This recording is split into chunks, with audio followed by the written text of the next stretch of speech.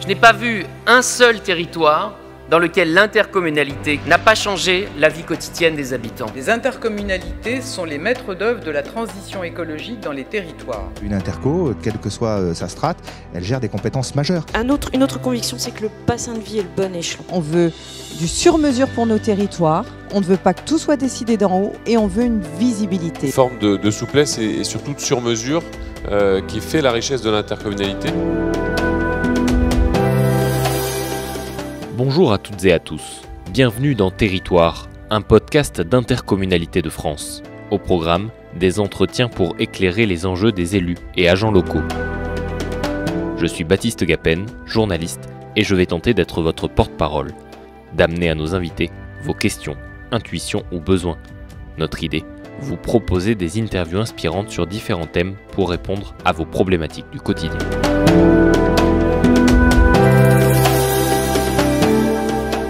Aujourd'hui, pour notre 8e épisode, nous recevons Alexandre Mayol, maître de conférences HDR en économie à l'Université de Lorraine.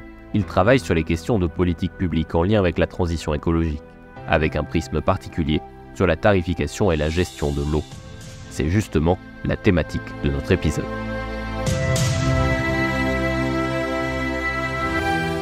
Bonjour Alexandre Mayol. Bonjour. Merci d'être avec nous aujourd'hui. Vous êtes donc titulaire de la chaire RENEL, Ressources naturelles et économie locale. Dans vos dernières recherches, vous êtes notamment interrogé sur cette question de la relation entre territoire et eau, avec en trame de fond cette question du financement.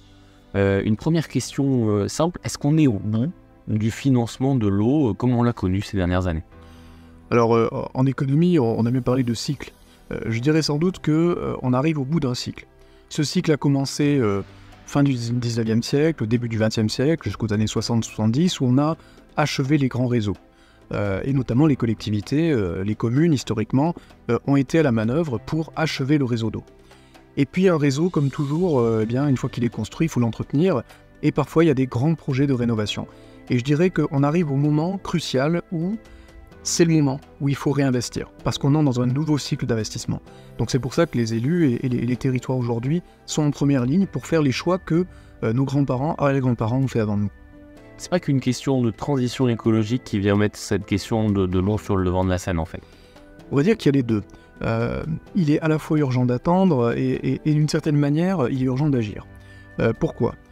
J'ai envie de dire, est-ce qu'on a un an prêt pour réparer des fuites ? On pourrait se dire, après tout, peut-être pas forcément.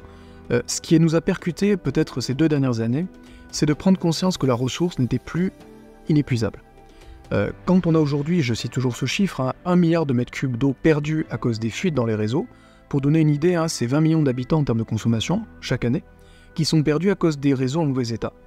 Jusqu'à présent, c'était pas, on va dire, une priorité de réparer immédiatement ces fuites, parce que l'eau ne manquait pas. Mais du moment où l'eau vient à manquer, 1 milliard de mètres cubes, ça représente énormément de ressources gâchées et perdues. Donc on va dire qu'il y a les deux à la fois. À la fois les réseaux sont vieillissants, il va falloir les renouveler, quoi qu'il arrive, mais ça devient un problème beaucoup plus urgent au moment où on manque de ressources.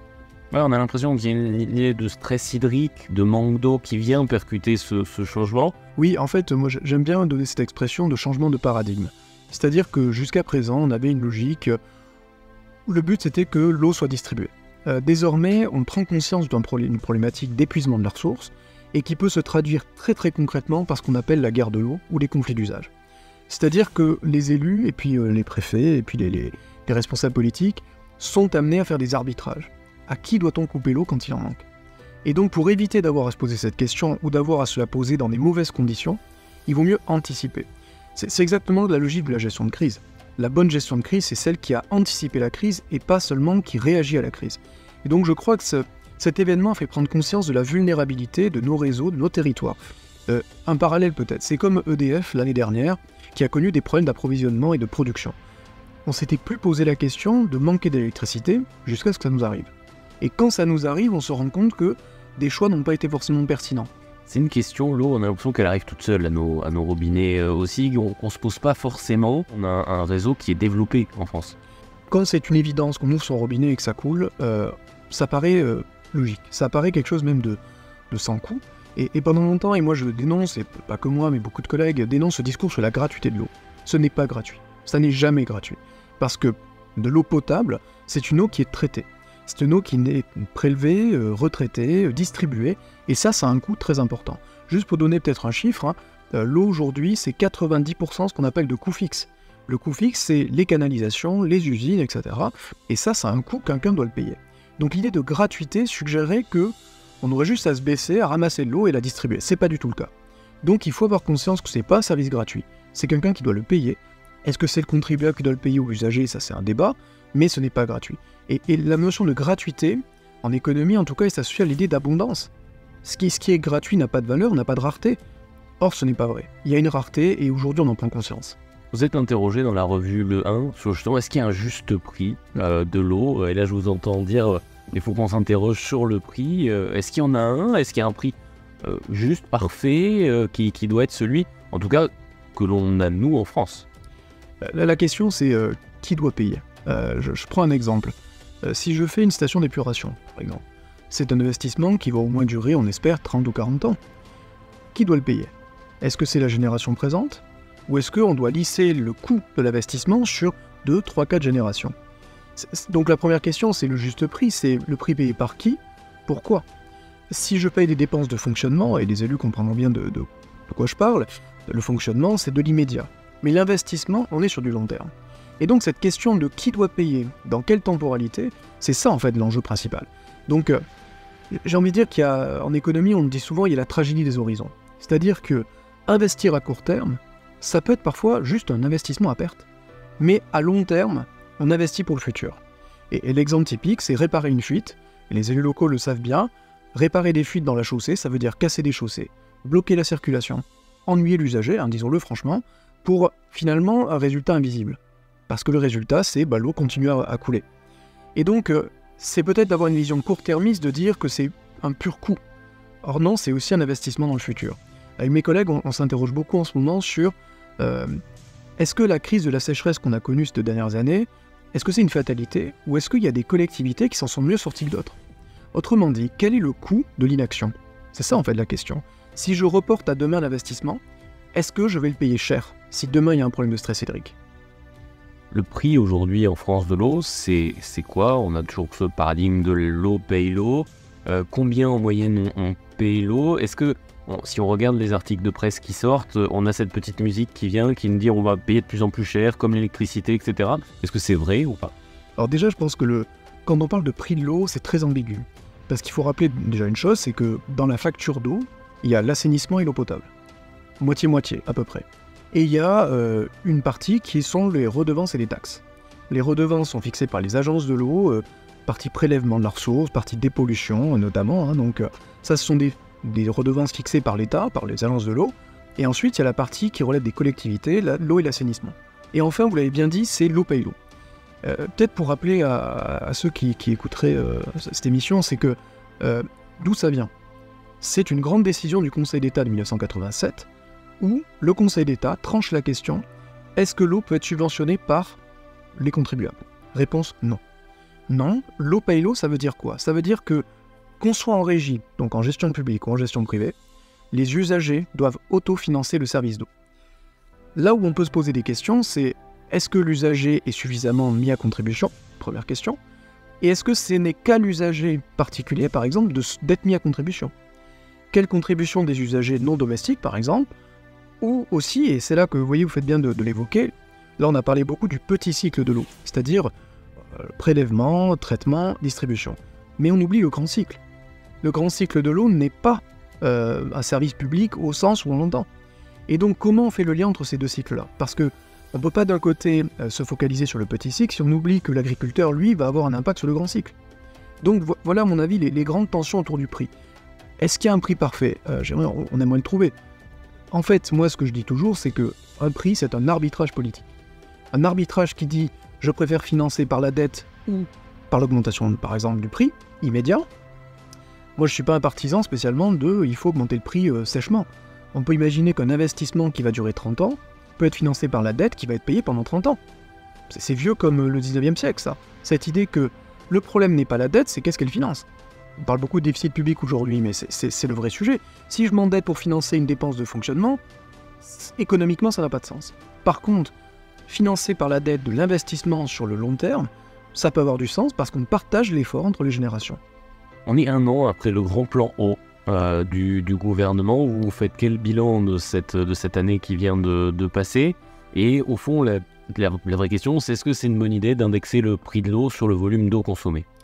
Alors, poser effectivement une très bonne question parce que ce plan eau, on va dire, c'est le premier électrochoc de la part de l'État.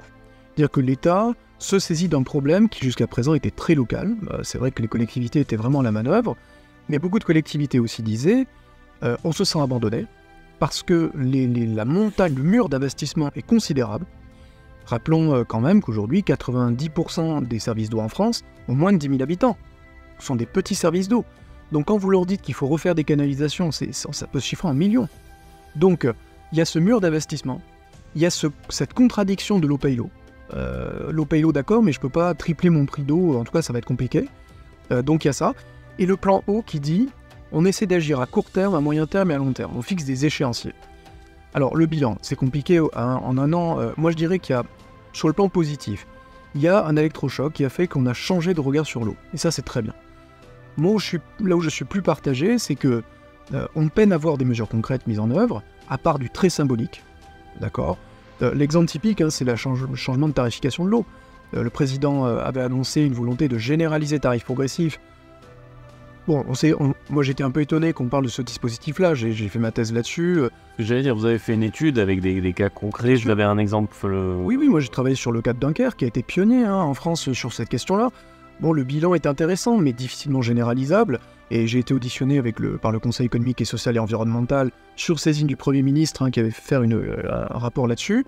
La conclusion, c'est non mais. C'est-à-dire que non, il ne faut pas le généraliser, parce que ce n'est pas généralisable partout, mais l'idée quand même de dire que l'eau doit avoir un prix, et que ce prix doit donner un message que l'eau est rare, et donc peut-être potentiellement plus chère, ça va dans le bon sens. Est-ce que cet outil-là est le seul? Non. Il y a d'autres outils qu'on peut imaginer. Mais je pense que c'est déjà un bon point. Maintenant, 1 an après, force est de constater que le prix de l'eau n'a pas beaucoup changé. Et surtout, plus grave encore, moi je dis toujours ce chiffre-là, prenons l'exemple de Montpellier, c'est 2/3 des usagers qui ne sont pas facturés au réel. Donc ça veut dire que votre facture n'est pas indexée sur votre usage. Donc vous voyez, quand on parle de tarifs progressifs, on est loin du compte. Voilà. L'autre problème, et moi c'est peut-être le sujet le plus sensible aujourd'hui, c'est les conflits d'usage. Les manifestations d'agriculteurs il y a quelques semaines ont reposé cette question de l'eau. D'ailleurs, une des revendications des syndicats, c'était « on ne veut plus que l'agriculture soit mise à contribution pour faire un effort dans l'eau ».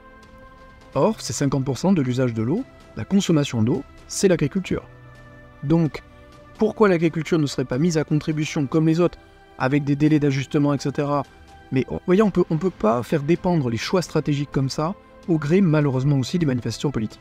Sinon, c'est à celui qui va faire du chantage à l'emploi, du chantage... et je comprends que c'est difficile. Je ne suis pas homme politique, je comprends bien que c'est un choix difficile. Et en même temps, il faut aussi parfois assumer des décisions difficiles. Je dis souvent, la transition écologique, ce n'est pas comme à la maternelle. Tout le monde ne va pas gagner. Il faut être clair là-dessus. Cette illusion que la transition écologique serait sans coût, sans heurts, et que finalement tout le monde serait gagnant à la fin, je crois que c'est peut-être une belle illusion, mais en fait, on vend une mauvaise marchandise. Parce qu'à la fin, il y aura bien des coûts d'ajustement. Voilà. Vers quel modèle, du coup, on peut aller pour un peu plus d'équité, alors notamment sociale, on l'a dit, qui doit payer, en fonction de quoi, et pour aussi respecter ces impératifs de la transition? Alors vous l'avez bien mentionné tout à l'heure, c'est la question de quel est le modèle économique aujourd'hui du secteur. Le secteur de l'eau est encore basé sur un modèle volumétrique. C'est-à-dire que l'opérateur, qu'il soit régie ou délégation de service public, l'eau paye l'eau repose sur les volumes facturés. Et dans le secteur des déchets, on a bien compris que cette logique-là, ça conduirait à ce qu'on ne réduise jamais nos déchets. Puisque forcément, l'opérateur, ses recettes sont assises sur les volumes. Bon. Donc dans les déchets, ça fait longtemps qu'on a changé les contrats pour dire, si vous atteignez des objectifs de réduction des déchets, vous aurez une prime pour compenser les pertes. Eh bien, dans l'eau, il va falloir y penser aussi, parce que comment vous voulez que les opérateurs soient incités à faire baisser les volumes quand on sait qu'ils vont y perdre de l'argent? D'ailleurs, aujourd'hui, le modèle économique de ces entreprises-là est en difficulté. Parce qu'aujourd'hui, de toute manière, la tendance de consommation d'eau a baissé en France. Les ménages ont vraiment considérablement réduit leur consommation. Le problème, c'est que ce modèle est encore en cours. Donc, tout faire reposer sur l'usager, ça peut être compliqué, d'autant plus que si on dit aux gens « bravo, vous avez réussi à faire des efforts pour vous remercier, on va doubler le prix. Je suis pas sûr que ce soit bien compris. D'ailleurs, vous avez vu dans le gaz, ça n'a pas été très bien reçu. Vous voyez, Emmanuel Vargon qui dit on va augmenter le prix du gaz parce que les gens ont fait des efforts, ils ont baissé leur consommation. Bon, donc je crois que là aussi, on envoie des signaux qui sont trop contradictoires. Donc à mon sens, la priorité, c'est la cohérence, le partage de l'effort. Vous avez parlé de l'équité, c'est très juste. C'est-à-dire que quand Emmanuel Macron dit on va généraliser le tarif progressif, le lendemain, son ministre de l'Agriculture se précipite à la radio pour dire « Rassurez-vous, ça ne touche pas l'agriculture ». Bon, donc en fait, on est en train de taper sur 20% des usagers de l'eau. Rappelons les chiffres, 50% l'agriculture, 30% l'industrie, dont une très grande part le nucléaire, et 20% à peine les ménages. Donc si on oublie les 80% des usagers de l'eau, je pense que ce sera très mal perçu par les usagers des ménages de se dire qu'ils sont les seuls mis à contribution. Et comment on fait? Est-ce qu'on doit se remettre autour de la table par territoire? Est-ce qu'on doit se remettre autour de la table nationalement? Comment on avance sur ces questions? Oui, je crois que... Alors, le rôle de l'État, évidemment, c'est de donner une stratégie, donner une vision, et d'accompagner aussi. Parce que beaucoup d'élus, moi, que j'ai pu rencontrer, sont de très bonne volonté. C'est pas des gens qui se désintéressent de ça. Au contraire, ils sont même très soucieux de cette question-là. Le vrai problème, c'est qu'ils disent, mais on fait comment? Vous voyez, d'un coup, l'État dit on va généraliser tarif progressif. Moi, je me rappelle, les élus m'ont contacté en disant c'est la panique, c'est quoi ce tarif, comment je fais, etc.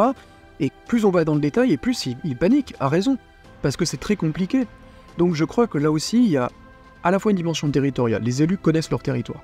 On ne peut pas traiter deux communes avec l'une où il y aurait beaucoup d'agriculture et l'une où il n'y en a pas, de la même façon. C'est pas les mêmes enjeux, c'est pas le même usage. Il y a des collectivités, par exemple, qui ont la ressource, d'autres qui ne l'ont pas. Si vous êtes propriétaire de votre ressource, si vous l'importez, c'est pas les mêmes questions, vous voyez. Donc je pense que la dynamique, elle doit se faire évidemment au niveau local. Là où, par contre, il y a un vrai rôle à questionner, c'est les agences de l'eau, qui sont la partie déconcentrée à l'échelle des territoires de l'action de l'État. Quel est ce rôle des agences de l'eau? Est-ce qu'ils sont davantage à être impliqués dans cette transition? Est-ce qu'ils doivent davantage redistribuer pour favoriser la transition? Par exemple, les subventions doivent-elles être plus importantes et conditionnées aussi, par exemple à une réduction d'usage ou autre. Voilà, donc je dirais que j'aime bien l'idée de se dire c'est la subsidiarité. Voilà, finalement chacun a sa place. Et l'autre question également, et je pense qu'elle est pertinente, pour l'agriculture, pour l'industrie, les temporalités sont aussi sur du moyen terme. Et je peux comprendre aussi qu'on reprochait aux agriculteurs des choix qu'ils auraient faits souvent sous l'impulsion de l'État, en disant que vous avez fait un choix de plantation très consommateur, etc., mais qui ont été faits parfois en accord avec les services de l'État. C'est injuste de leur dire qu'en gros ils seraient responsables. Je pense que là aussi il faut être raisonnable. Maintenant, une fois qu'on a dit ça, comment on accompagne ce secteur vers la transition sur du moyen terme? Voilà. Moi, enfin, un dernier point parce qu'on parle de temps, moi mon inquiétude c'est que ça se passe bien l'été prochain. Et voire même l'été d'après. C'est-à-dire que on a un problème en France, à mon avis, c'est le suivi des politiques publiques. C'est que dans l'urgence, on est très proactif, et puis après on oublie. Vous voyez, par exemple, pendant le Covid, on a eu un discours très focus sur les personnels soignants, l'hôpital, etc. Et aujourd'hui, ça a été complètement oublié. Et je pense que ça, c'est le drame. C'est que si ça se passe bien l'été prochain, vous voyez, on entend déjà, je pense que les élus, ils sont confrontés, un hiver qui a été particulièrement pluvieux, de nous dire qu'est-ce que vous nous embêtez avec votre histoire de sécheresse. Vous voyez, on l'entend, ça. Je veux dire, donc là, la contradiction, elle va arriver. Et paradoxalement, c'est quand ça va bien qu'il faut investir, pas quand ça va mal. Donc je pense que c'est ça mon inquiétude, c'est que ce plan eau, pour qu'il soit pérenne, il faut qu'on s'engage dans la durée. Quelle place pour la strate intercommunale dans toutes ces réflexions-là, justement pour dépasser ce que vous disiez tout à l'heure, parfois des tout petits modèles où il n'y a pas de place pour l'investissement? Moi, je travaille beaucoup sur les questions d'intercommunalité et du secteur de l'eau. On le rappelle, historiquement, c'était la commune qui était en charge de la gestion de l'eau à la Révolution française. Et puis, 1890, on crée les syndicats, Sivom, Siu. Je pense que les auditeurs connaissent. Donc ces syndicats, pourquoi on les a créés si tôt, fin 19e siècle? Parce qu'on s'est déjà rendu compte que l'eau n'a pas les frontières de l'administration. Que par exemple, plusieurs communes ont une ressource en partage. Et qu'on a créé les conditions pour la gérer ensemble. Et moi, j'aime bien le mot de commun. Jean Tirole a fait un ouvrage qui s'appelle « L'économie du bien commun ». Et je pense que l'eau, on prend conscience que c'est un commun. Il y avait une caricature dans Le Monde que je trouvais très parlante, c'est on voyait deux mères se battre autour d'une nappe phréatique, et la nappe phréatique est vide, et chaque mère dit c'est mon vide à moi. Voilà. Et je pense qu'en fait ça résume bien le problème. Aujourd'hui, il y a deux problèmes à mon avis qui sont posés. Est-ce que les services d'eau sont assez grands? À mon sens, non. Pour faire face au mur d'investissement, ça devient compliqué d'avoir un tout petit service, parce que on peut en attendre des économies d'échelle. Maintenant, de l'autre côté, c'est pas parce que je regroupe administrativement que je fais des vraies économies. Si vous regroupez 2 communes qui sont à 2 heures de route parce qu'il y a 2 montagnes entre les deux, sur une carte ça paraît proche, mais dans la réalité ça l'est pas. Donc là aussi, pas avoir qu'un discours de technocratique ou administratif. Je pense qu'il faut aussi à la fois écouter les élus locaux qui connaissent leur structure, et en même temps, effectivement, parfois il faut impulser des changements. Et peut-être un dernier point là-dessus, c'est qu'il y a de plus en plus d'innovation. Pourquoi j'ai fait le choix, moi, en tant qu'économiste, de m'intéresser aux politiques locales? Vous avez dit tout à l'heure, la chère Renel, il y a l'économie locale. Parce que je crois que les élus, c'est finalement des merveilleux terrains d'expérimentation sociale, politique et économique. Ils ont une liberté que l'État n'a pas forcément, ils n'ont pas l'inertie de l'État, et moi c'est ce que j'aime bien aussi, il y a une responsabilité de l'élu, devant les citoyens, qui est directe. Et donc c'est pour ça que j'aime bien travailler sur ces politiques locales, parce que l'élu il doit tenir tout ça en tension, son aspect budgétaire, économique, social, environnemental, etc. Et donc un exemple d'expérimentation que je trouve passionnante, c'est les CEMOP par exemple. Donc ce qu'on appelle les sociétés d'économie mixte, où vous avez à la fois la collectivité et l'opérateur, régie ou DSP d'ailleurs, dans le capital d'une société partagée. Et c'est très intéressant parce que ça c'est ni une pure délégation de service public, ni une pure régie, et ni non plus un syndicat ou autre. Et donc je pense que là aussi il y a des innovations juridiques, de gouvernance, qui sont très intéressantes à étudier. Quand je vous entends parler de cette prise de conscience sur les changements d'usage, il y a les particuliers, il y a aussi, on l'a dit tout à l'heure, les agriculteurs, les industries, quand on parle par exemple de ce projet d'usine méga pour les batteries dans le Nord, où il y a un moment ils ont dit il nous faut tant d'eau.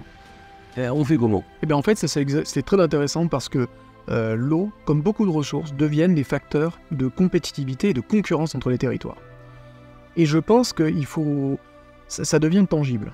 C'est-à-dire que jusqu'à présent, la question se posait moins, c'était pas ce facteur-là qui était discriminant, et de plus en plus ça le devient. Et je pense que là aussi, ça doit questionner non seulement les demandes faites par les industriels, parce que si on raisonne avec une logique de rareté, est-ce que ces demandes-là sont acceptables, et est-ce que c'est dans le modèle économique qu'ils ont également, il ne faut pas re-questionner cet usage-là, mais je veux dire, ça vaut également pour l'électricité, pour plein de secteurs. Vous voyez, l'année dernière, on demande aux entreprises de faire des plans de sobriété, elles ont réussi à le faire. Donc c'est bien que parfois, il faut un peu impulser un changement. Je dis pas qu'il faut l'impulser n'importe comment, mais en tout cas, quand on est contraint, on arrive à le faire. Donc il faut peut-être aussi se poser la question. Avec aussi une question de où on peut aller chercher cette eau. Par exemple, Paris va chercher son eau très loin. Elle travaille avec les agriculteurs pour pouvoir mettre en place des conditions pour pouvoir rendre cette eau meilleure. Là aussi, ça pose la question de la vision systémique pour pouvoir arriver à une eau de qualité, pour pouvoir après traiter aussi l'eau correctement. Enfin, c'est des questions complexes. Tout à fait, et en fait ça renvoie à la notion de gouvernance. Est-ce que je gère l'eau comme un petit contrat qui ne s'intéresse qu'au petit cycle et donc comme mon périmètre administratif, ou est-ce qu'on a une vision plus large? Je voyais encore dans la presse des travaux qui sont faits par exemple dans des chaussées pour faire la récupération d'eau de pluie pour arroser les arbres et les jardins publics. Vous voyez, c'est en fait, et je pense que c'est ça qui est intéressant avec cette question, c'est que ça touche aussi à l'urbanisme et à l'habitat. C'est-à-dire qu'aujourd'hui dans la construction contemporaine, est-ce qu'on a intégré cette question de l'eau? En Italie, ils ont intégré depuis longtemps la récupération des eaux usées, par exemple de douche ou de sanitaire, pour l'utilisation purement sanitaire. C'est intégré dans la construction. Alors qu'en France, on n'a pas du tout cette vision-là, puisqu'on utilise l'eau potable pour les sanitaires. Donc là aussi, c'est un changement qui touche tous les domaines, en fait. Donc d'où j'aime bien l'idée, ce que vous évoquez, le côté transversal, le côté où on dépasse le pur périmètre administratif d'un contrat, et effectivement, on réunit les acteurs autour de la table. Et qu'on dépasse la vision petit cycle. Et je reviens à cette idée de commun. Un commun, c'est quoi? C'est une ressource rare, partagée, et quand je l'utilise, j'empêche les autres aussi de l'utiliser. Et ça, je crois que c'est vraiment fondamental. Ça pose aussi la question, parce que là, depuis le début, on est aussi très focalisé sur l'arrivée de l'eau, mais sur l'assainissement. Est-ce qu'il y a des choses qui changent? Par exemple, si on récupère l'eau, l'assainissement, il y a moins d'eau traitée. Si on réutilise l'eau, c'est parfois de l'eau qui était dans les rivières, qui était utile là où elles étaient pour les écosystèmes. Oui, et je crois qu'effectivement, là, on entre dans une nouvelle ère, parce que comme on ne le faisait pas, C'est pas juste se dire on prend un tuyau, on remet à côté. Ça demande à repenser le modèle économique. Pareil, si on réutilise eau usée, ça veut dire qu'on facture moins d'eau potable. Donc, vous voyez, donc en fait, j'ai envie de dire, c'est pas juste un changement d'un décret, c'est pas du paramétrique si on prend le terme techno, c'est pas que ça. Ça questionne tous les usages de l'eau, ça questionne notre rapport économique à cette ressource, et la question derrière après de la potabilité, de l'impact sur les sols, enfin, voilà, on peut pas juste faire du... dire, ben voilà, les Italiens le font, on fait pareil, sans y réfléchir à de quoi on parle, voilà. Est-ce qu'il y a besoin d'un droit à l'expérimentation locale sur les questions de prix ? Pouvoir dire peut-être qu'on a besoin d'essayer des choses. Je pense aux zones touristiques avec les résidences secondaires qui n'ont peut-être pas les mêmes enjeux que les résidences principales. Ceux qui creusent des puits aussi et qui se retrouvent finalement sortis du marché, mais qui, quand leur puits va être vide, vont être bien contents d'être quand même sur le réseau. Moi j'aime bien la notion d'expérimentation parce que le problème c'est quels outils on met en place pour faire de l'évaluation. Vous l'avez dit, notamment la question de la saisonnalité. C'est hyper intéressant parce que il y a aussi pas mal de fausses bonnes idées. Si on est en fait... La tarification saisonnière, elle est souvent illogique. C'est-à-dire que logiquement, il faudrait payer plus cher l'hiver que l'été, puisque les nappes se rechargent l'hiver et à l'automne. Donc c'est à ce moment-là qu'il faut faire des efforts, et l'été, j'ai envie de dire, c'est déjà trop tard. Si c'est la sécheresse, c'est fini. Vous voyez, donc... d'où la notion de grand cycle. C'est-à-dire qu'il faut intégrer l'habitat. Et j'aime bien cette notion en économie qu'on développe, c'est la notion de service écosystémique. C'est-à-dire que la ressource en eau génère de nombreux services. Pas juste de l'eau potable, elle génère de l'eau pour le vivant, pour l'agriculture, pour d'autres, donc c'est pas que l'eau potable. Et donc si on n'intègre pas l'ensemble des services écosystémiques de la nature, on risque en fait d'avoir un biais qui peut générer des effets négatifs sur les autres services. Voilà. Est-ce que l'eau, si on dézoome à l'échelle de la transition écologique, est le premier secteur touché, mais qui montre bien finalement tous les changements qu'il va falloir avoir de doctrine, d'usage, de manière de penser aussi dans notre organisation collective. Je pense que l'eau a une valeur symbolique forte, parce que beaucoup de secteurs sont concernés. Mais celui-ci particulièrement, il est symbolique finalement du fait que là, on ne peut pas s'en passer. Autant on peut imaginer un monde peut-être sans voiture thermique, par contre un monde sans eau potable, c'est pas possible. Alors, l'humanité ne peut pas y survivre. Donc je dirais que c'est sans doute le plus grand symbole parce que c'est indispensable à la vie. Et comme c'est indispensable à la vie, forcément, ça peut créer des zones de tension très importantes. Merci Alexandre Mayol. Merci beaucoup. C'est la fin de ce 8e épisode de notre podcast. Retrouvez l'ensemble des liens évoqués dans l'épisode dans la description de ce podcast. Et nous, on se retrouve bientôt pour un nouvel épisode de Territoire, le podcast d'Intercommunalité de France.